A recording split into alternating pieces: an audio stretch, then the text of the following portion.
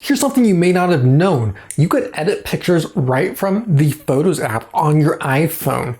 Yeah, not many people know about this, and it's actually pretty interesting. Apple has a whole bunch of photo editing features inside of the app that you can go really crazy with. Not a lot of people know about it for some reason, and it's kind of hard to access and a little complicated to use, but in the video I'm going to break down how to use the editing features and make your pictures look so much better. So first we want to hop into the Photos app on your phone, and we will go ahead and pick a picture. How about this one? Okay, so what you want to do is make sure you have the action menu up on the photo, click the edit button, and we get a couple of basic things. I think you are familiar with this, where we can crop and rotate. You can also apply effects if you didn't take them while you took the picture. We can also do some lighting and coloring, and there is some markup and other options if you have that.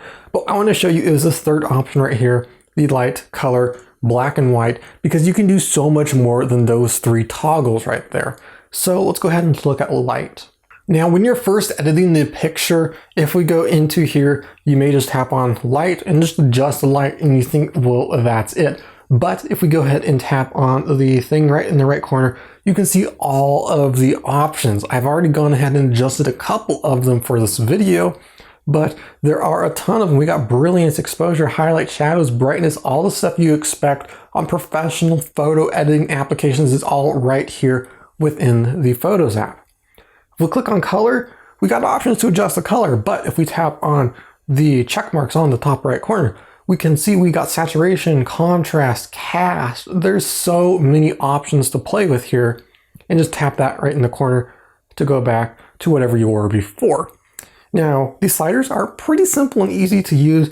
If you ever want to go back to what you were before, all these changes are non-destructive, so you can always reset to how the picture was originally at.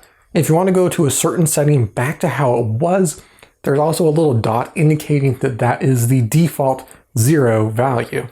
And then finally on black and white, you can tap it, but if we go ahead and tap the arrow, we can expand that, we can collapse the color, and as you can see, we can adjust a bunch more things here. The editing possibilities are really endless, and it also is in this area where we can add third-party apps and plugins to the Photos app. If we tap on the three dots, we can say more. If you have other apps that support photo editing, you can enable those right there. But right now we already have markup enabled, which is what's going to allow you to draw on the picture.